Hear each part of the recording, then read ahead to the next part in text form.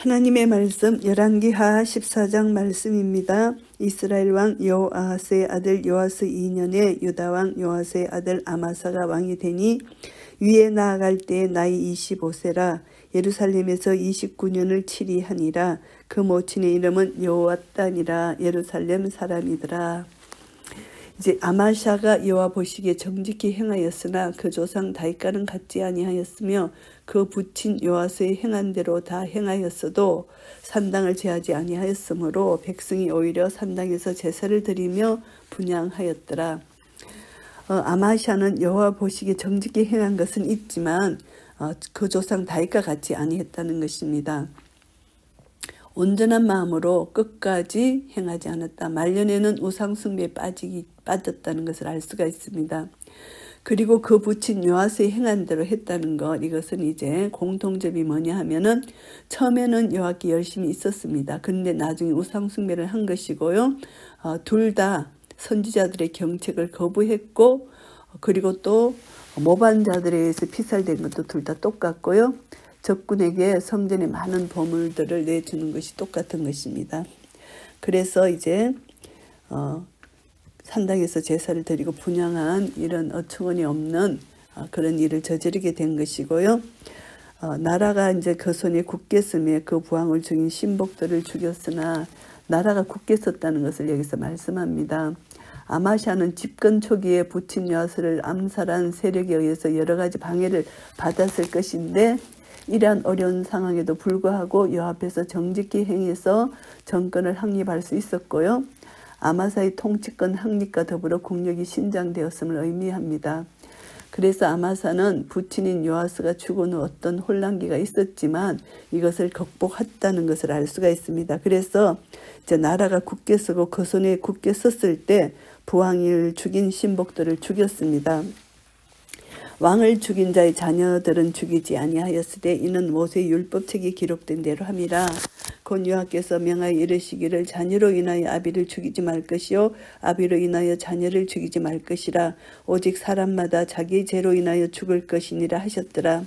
율법책 기록된 말씀대로 그 부왕을 죽인 신복들은 죽였지만 그 가족들은 죽이지 않았다는 것입니다.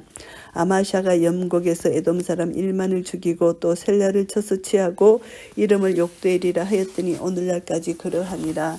계속 이제 그 국력을 강화시키는 이런 일을 합니다. 전쟁에서 승리했다는 것이죠. 에돔과의 전쟁에서 승리를 했습니다.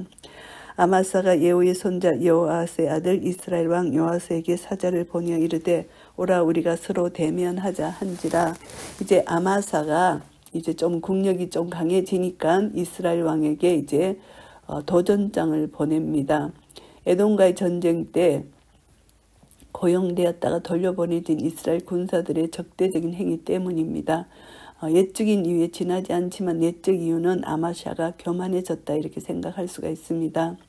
아합 이후에 이스라엘보다 군사력에 있어서 열세에 있던 유다가 에돔과의 승리로 인하여 아마사가 교만해졌다는 것을 알 수가 있습니다. 그래서 우리가 서로 대면하자, 낮과 낯을 마주 대하자 이런 의미입니다. 이것은 선전포고에 대한 완곡한 표현인데요. 유다는 계속해서 북이스라엘의 기세에 눌려 지냈는데 이제 아마사는 요아스에게 정식으로 같은 지위에서 지내자고 이렇게 도전한 것이 됩니다. 아마샤는 단순히 정치적인 담화를 원하고 될 수 있는 대로 군사적인 충돌을 피하려고 했던 것인데 이와는 반대로 북이스라엘 요아스는 그것을 정식 선전포고로 받아들인 것입니다. 이스라엘 왕 요아스가 유당 아마사에게 보내어 이르되 레바논 가시나무가 레바논 백향목에게 보내어 이르기를 내 딸을 내 아들에게 주 아내를 삼게 하라 하였더니 레바논 들짐승이 지나가다가 그 가시나무를 짓밟았느니라. 이렇게 비유로 편지를 쓰는데 사자를 보내서 이렇게 말을 한다는 것입니다. 이것은 뭐냐면은 가시나무를 이제 유다로 비유하고 백향목은 이스라엘로 비유해서 이렇게 표현을 한 것입니다. 그래서 이제 내가 에돔을 쳐서 파하였으므로 마음이 교만하였으니 스스로 영광을 삼아 궁예나 거하라. 어찌하여 하를 자체하여 너와 유다가 함께 망하고자 하느냐 하나. 유다 가시나무 같이 교만해서 이제 어떻게 너는 왕궁에 거해서 영광을 그냥 취하지 왜 싸우려고 하느냐 이렇게 비꼬는 말입니다. 아마시아의 도전을 순전히 그의 교만의 탓으로 돌리고 자신의 군사들이 유다 성읍을 엄습하고 3천의 사람을 죽이고 물건을 노략한 것에 대한 이런 방구의 사과도 없는 요아스의 태도에 대해서 아마시아는 더 붕괴했던 것이고요. 그래서 네 마음이 교만했다 이렇게 그것을 지적하는 것입니다. 네가 에돔으로부터 얻은 명성으로 만족하라. 왜 자랑하고 이음을 스스로 부르느냐. 화를 자취하느냐 이렇게 말하는 것입니다. 그래서 이제 이것을 통해서 아마사가 듣지 아니합니다. 이스라엘 왕 요아스가 올라와서 유다 왕 아마사와 더불어 유다의 벳세메스에서 대면하였더니 이제 전쟁을 하러 올라오는 것입니다. 그리고 유다가 이스라엘 앞에서 패하여 각기 장막으로 도망한지라 전쟁에서 남유다가 패한 것입니다. 이것은 전적으로 우상 숭배에 대한 하나님의 형벌입니다. 아마샤를 패한 것입니다. 아마샤가 우상 숭배를 했기 때문에 이스라엘 왕 요아스가 벳세메스에서 아하시아의 손자 요아스의 아들 유다 왕 아마샤를 사로잡고 예루살렘에 이르러 예루살렘 성벽을 에브라임 문에서부터 성 모퉁이 문까지 400규빗을 헐고 모든 문을 헐었습니다. 예루살렘 성벽 문을 다 헐었다. 느헤미야서에 보면은 성벽에는 13개의 문이 있는데 이쪽 문에서 저쪽 문 다 헐었다는 것을 여기서 표현합니다. 또 여호와의 전과 왕궁 곳간에 있는 금은과 모든 기명을 취하고 또 사람을 불모로 잡아가지고 사마리아로 돌아갔더라. 완전히 유다는 이렇게 전쟁에서 완전히 패했고 이스라엘 군대에 의해서 비참하게 약탈 파괴를 당했습니다. 요아스가 성을 헌 것은 성을 점령했다는 예언적인 표시로 나타낸 것이고요. 요아스의 남은 사적과 그 권력과 또 유다왕 아마샤와 서로 싸운 일은 이스라엘 왕 역대지락에 기록되지 아니하였느냐. 요아스가 그 10조 함께 잠이 이스라엘 왕들과 사마리아에 함께 장사되고 그 아들 여로보암이 대신하여 왕이 되니라. 이스라엘 왕 요아스의 아들 요아스가 죽은 후에도 유다 왕 요아스의 아들 아마샤가 15년을 생존하였더라. 이것을 보면은 북이스라엘 요아스 제2년에 아마샤가 왕에 올라서 29년을 치리했는데 요아스는 사마리아에서 16년을 치리하였기 때문에 아마샤는 요아스보다 15년을 더 산 셈이 됩니다. 그래서 이제 예루살렘 성이 파괴되고 약탈당한 이후부터 아마샤가 죽기 이전까지 15년 동안 모반자들이 왕위를 빼앗은 뒤 이때 왕을 중인 것이라고 볼 수가 있습니다. 그래서 이것을 보면 이제 라기스로 도망했다. 아마시아 왕이 라기스로 도망한 것은 그만큼 생명에 대한 위협이 있었다는 것을 알게 됩니다. 이것은 바로 이 아마샤가 피살당한 것은 여호와를 버린 때문이라고 볼 수가 있고요. 이제 그 시체를 말에 실어다가 예루살렘에서 그 열자 함께 다윗성에 장사하니라. 시체는 다윗성에 장사했다는 것이고 유다 온 백성이 아샤라로 그 부친 아마샤를 대신하여 왕을 삼으니 때의 나이 16세라. 아샤라는 우시아의 별명입니다. 아마샤로 그 열자 함께 잔 후에 아샤라가 엘랏을 건축하여 유다에 돌렸더라. 이제 유다 온 백성이 이제 이 아샤라로 왕을 삼았다. 이것은 유다의 모든 군대를 가리킨다고 볼 수가 있고요. 모반자들이 어떤 특별한 목적으로 아샤라를 택한 것을 여기서 의미한다고 볼 수가 있습니다. 그리고 이제 우시아는 공식적인 왕명이고 아샤라는 본명이 아닐까 이렇게 생각하고요. 엘랏을 건축했다. 아샤라가 건축한 성읍이 여러 개 나오는데 여기서 엘랏만을 언급하고 있는 것은 엘랏이 갖고 있는 지정학적 이치와 그 성의 기능에 대한 중요성 때문이라고 볼 수가 있습니다. 유다의 우시아 왕에 의해서 남왕국의 영토가 된 후에도 이 엘랏은 아람과 아시라의 여러 왕들에 의해서 점령되기도 했습니다. 그것이 얼마나 경제적인 요지인가 짐작할 수가 있고요. 엘랏을 건축한다는 표현은 그것을 수축하거나 문자 그대로 건축하는 것을 말합니다. 돌렸더라. 엘랏의 건축에 대해서 기쁜 마음을 갖고 자신의 땅으로 삼았다. 이것을 말씀하는 것이고요. 유다 왕 요아스의 아들 아마샤 15년에 이스라엘 왕 요아스의 아들 여로보암이 사마리아에서 왕이 되어 41년을 위에 있으며 여로보암 2세입니다. 이스라엘 왕들 중에서 영토 확장의 가장 성공적인 통치자였습니다.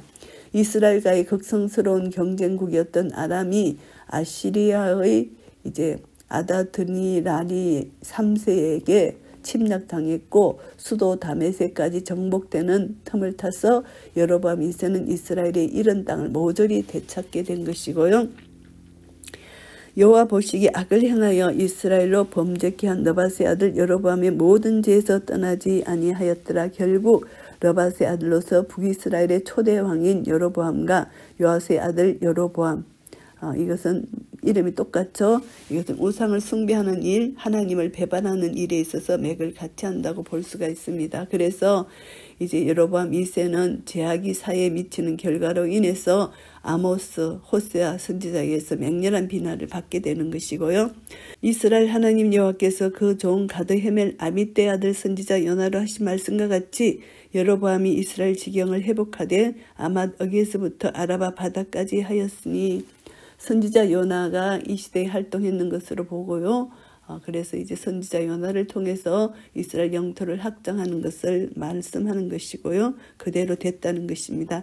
이는 여호와께서 이스라엘의 고난이 심하여 매인자도 없고 노인자도 없고 이스라엘을 도울 자도 없음을 보셨고, 여호와의 구원은 환난 중에 있는 이스라엘을 불쌍히 여기시는 하나님의 국률에서 비롯된 것입니다. 하나님의 구원은 아직까지 이스라엘을 멸망시키겠다고 하신 적이 없는 하나님의 언약 때문입니다. 그래서 하나님께서 이스라엘을 도와주셨고, 여호와께서 또 이스라엘의 이름을 도말하여 천하에 없이 하겠다고도 아니하셨으므로 요아스의 아들 여로보암의 손으로 구원하심이었더라. 결국 여로보암이 우상 숭배자이고 여호와 앞에서 범죄한 자일지라도 하나님의 언약, 하나님의 국률이 여로보암 시대에 이렇게 은혜를 베풀어 주셨다, 이것을 알 수 있습니다.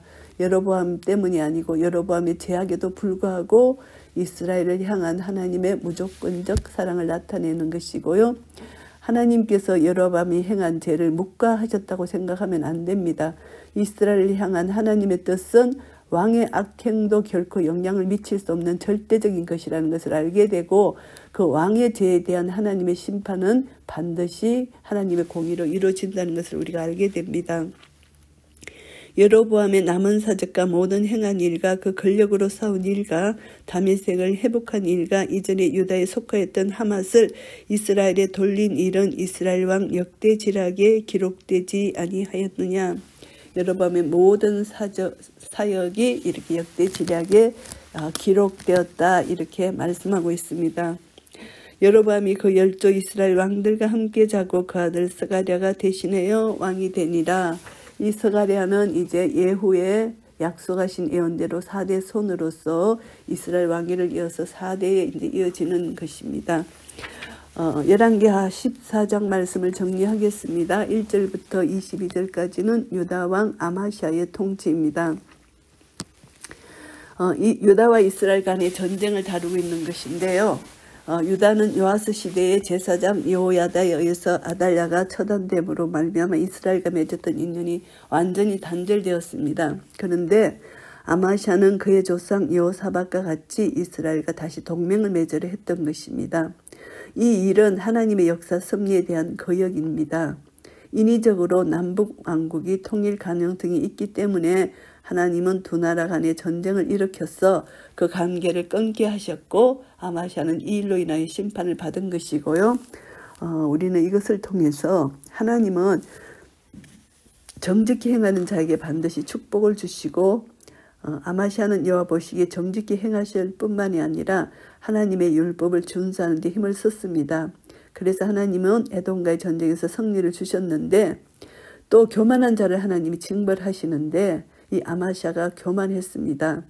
자기 부친 요아스와 같이 처음에는 여호와께 열심이었는데 에돔과의 전쟁 승리 후 교만해져서 이스라엘에게 도전장을 보내고 전쟁을 불러일으키게 되는 것입니다. 하나님을 떠난 자의 삶은 수치스러운 종말을 맞이하게 된다, 이것을 우리가 알 수 있습니다. 23절부터 29절까지는 이스라엘 왕 여로보암의 통치입니다.